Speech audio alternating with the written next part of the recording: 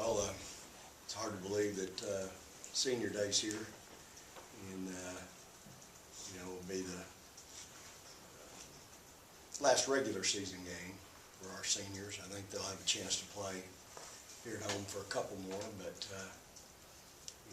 4 years ago, these two young ladies, along with Bree and Katera, trusted our vision, believed in us, and came a long way from home to Starkville, Mississippi, to build a legacy, build a history, and they've certainly both been active participants in that. They've been tremendous. They're great students, great young ladies.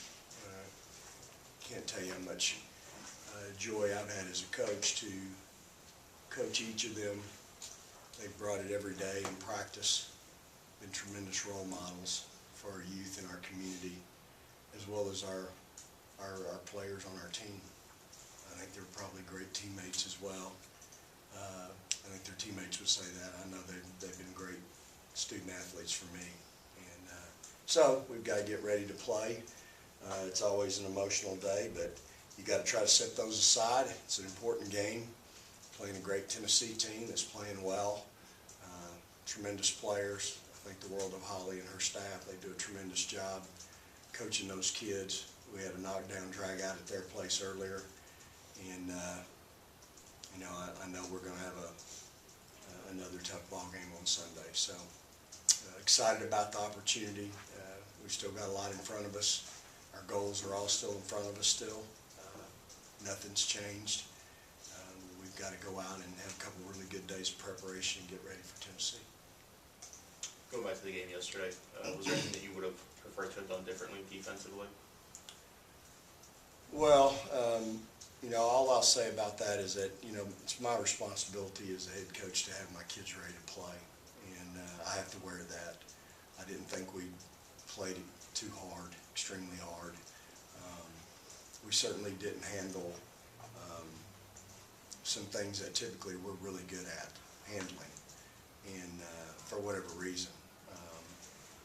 And so, I think, this time of year, it's always difficult. I've said it all along. It's hard to, in our league, in the non-conference schedule that we play, we've had to get up every game, every time, because of where we're playing, who we're playing.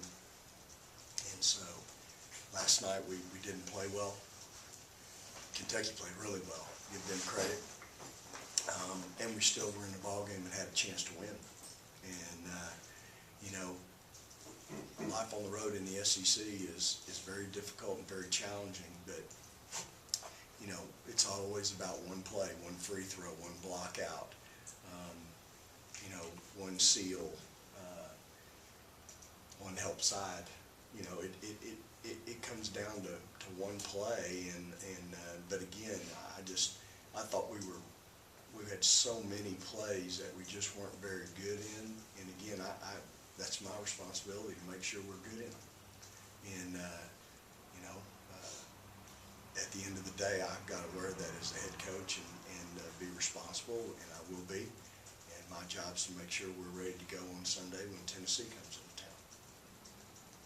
From a player's perspective, just how motivated does that make you to want to see that team again, considering that was obviously your only second loss of the season? We never beat them, so it's always a motivation to beat them.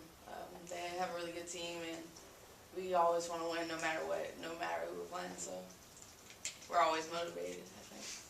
Also, just going back to what Coach said about trusting the vision for this program a few years ago, what made you want to do that? Or what made you want to say yes to this program? I think they believed in me just as much as I believed in them. Not a lot of big schools recruited me, so they believed in me. So I believed in what they were preaching, and when they recruited me, we were talking about a national championship, and right now we're talking about a national championship. So I think it all came full circle. Chinwe, along those same lines, when Coach Schaefer was recruiting you, what was his kind of pitch to you? Because the program really wasn't established then. It was all ideas and things. What was that pitch like, and how neat is it to kind of see some of those things come into fruition? Well, during that period, I hadn't played basketball for a long time, and so it was really exciting for me just, being able to be recruited by a big school and amongst a couple others. But then the thing that stood out for me was how they understood that, okay, I was far away from home and they were ready to offer me that family environment that I was looking for, And that was what stood out mostly for me, and until I came and saw the practices one time, and I was just like, wow, okay, I want to get better, I want to be great at this, and so I decided to.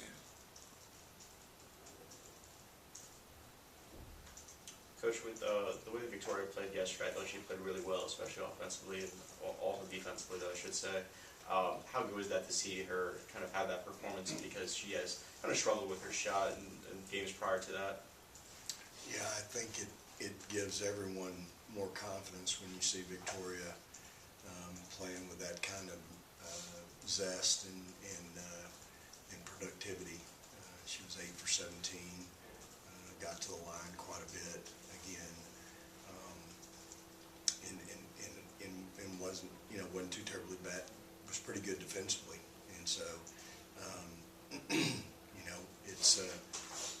think it's important for our team to get her on track and get her shooting the ball. I don't think she only took one bad shot, what I would consider one bad shot. Would have been 2, but one of them went in, and so you never have a bad shot that goes in. But